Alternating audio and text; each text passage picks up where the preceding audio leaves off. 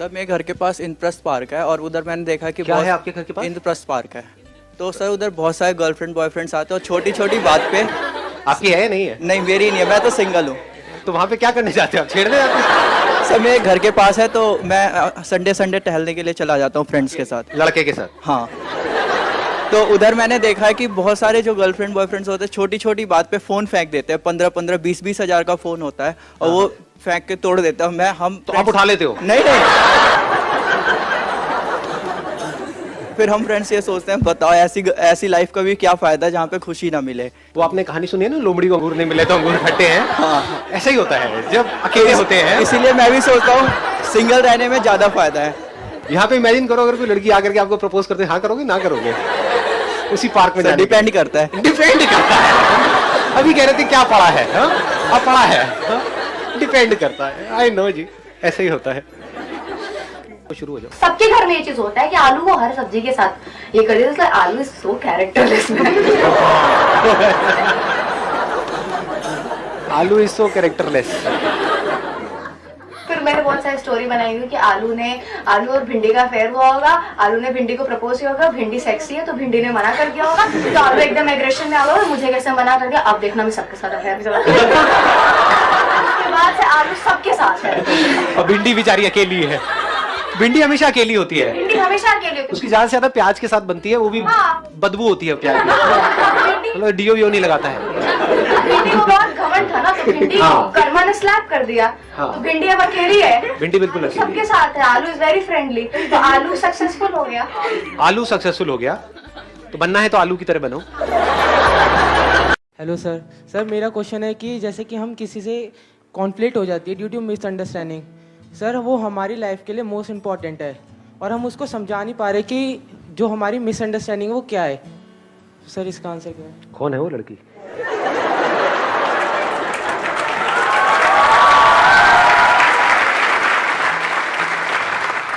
ऐसा कभी कभार हमारे पेरेंट्स के साथ भी होता है और सर फ्रेंड्स के साथ भी होता है। हाँ। सो सर उसको कैसे समझाए, और वो सर मोस्ट इम्पॉर्टेंट है हमारी लाइफ के लिए। तो उसको क्लियर करने का हो सकता है वो बंदा या बंदी जो भी है वो आपको फेस टू फेस देखना भी नहीं चाहता है या चाहती है। अब क्या करें? लिख दो, कबूतर जा जा जा। लिख करके कबूतर के पैर में अटका दो, जा करके फड़फड़ाता हुआ जाएगा, वहां पे दे देगा। मेल पे कर दो, व्हाट्सएप पे कर दो। अब तो बहुत ऑप्शंस है हमारे पास में। बट फिर भी अगर सामने वाला जो पर्सन है अगर वो इंटरेस्टेड नहीं है आपसे बात करने में, तो जस्ट लेट इट गो। क्योंकि अगर उस लाइन को आप क्रॉस करते हो तो अब आप उसको पर्सन को तंग कर रहे हो। ये मैं इनके थ्रू बोल रहा हूं लेकिन सारे लड़कों को बोल रहा हूं क्योंकि इस चीज को मैं भुगत चुका हूं। अब आप कहोगे मैं कैसे भुगत चुका हूं? समझाऊंगा। हाँ सुनो, मैं कैसे भुगत चुका हूं। कुछ लोग होते हैं जो सो कॉल्ड फैंस अपने आप को बोलते हैं, जो मुझे बिल्कुल भी पसंद नहीं है। वो क्या करते हैं, जैसे मेरा ऑफिस है, मैं कभी ऑफिस में जाऊं पीछे पीछे भाग रहे हैं कि सर ये, सर वो। मैं उनको कह रहा हूं कि I am not interested in talking to you, फिर भी सर सर सर सर। उस दिन मैंने रियलाइज किया कि लड़कियों के ऊपर क्या बीतती होगी जब ऐसे फुकरे पीछे भागते हैं। आता नहीं है गुस्सा? मैं सही कह रहा हूं, गलत कह रहा हूं? कितनी लड़कियां एग्री करती है मेरी इस बात से? सब एग्री करती हैं। तो ये मैसेज है सब लड़कों के लिए। If the other person says no तो just take it for no and just stay. अगर उसके बाद भी वो इंटरेस्टेड है आपसे बात करने में तो वो खुद आएगी। तो respect the other person's privacy and the right to say no. हमें हर वो इंसान अच्छा लगता है जो शेयरिंग करता है, जो सब सीखता है और फिर बांटना भी जानता है। जैसे आज आप हमारे लिए इतना कुछ कर रहे हो, हम मोटिवेटेड हैं और आप सर्व कर रहे हो। क्या पता कल को मैं आपकी भी मदद करूं, क्यों नहीं हो सकता? Why not?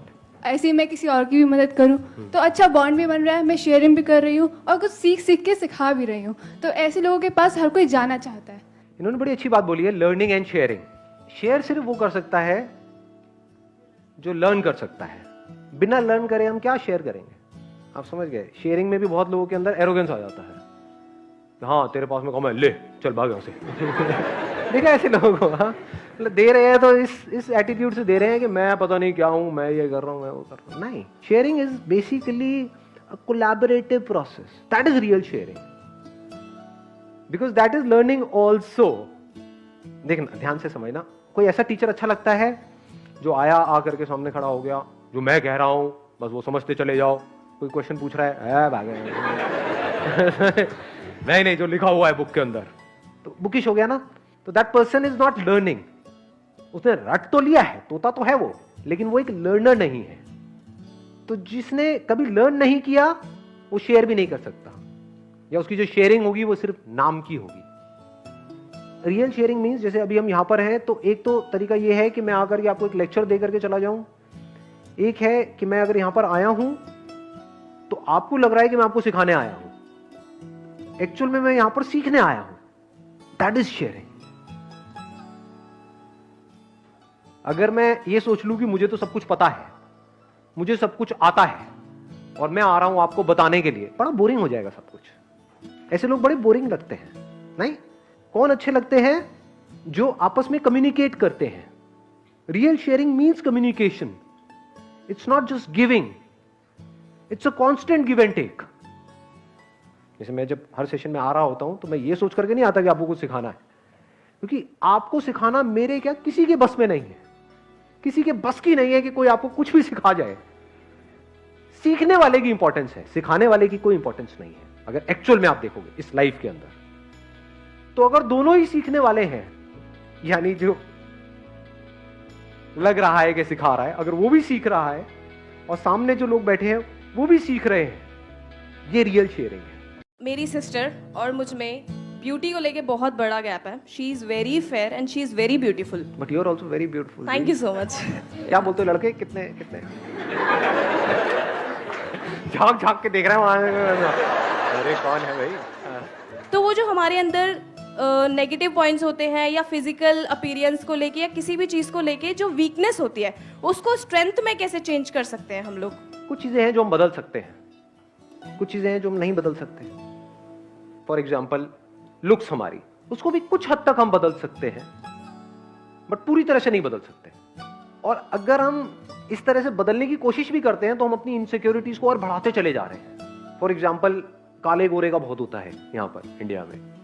आपको कोई आ करके बार बार जता रहा है कि भाई आप काले हो, काले हो, काले हो, तो आप चाहो तो गोरे हो तो सकते हो, इतनी सारी फेयरनेस क्रीम्स और ये वो।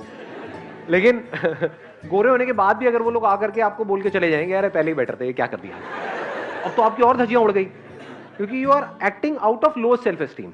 आप समझ गए? इस दुनिया में कोई भी परफेक्ट नहीं है। ये जो परफेक्शन दिखाई जाती है ना, ये सिर्फ मूवीज में दिखाई जाती है।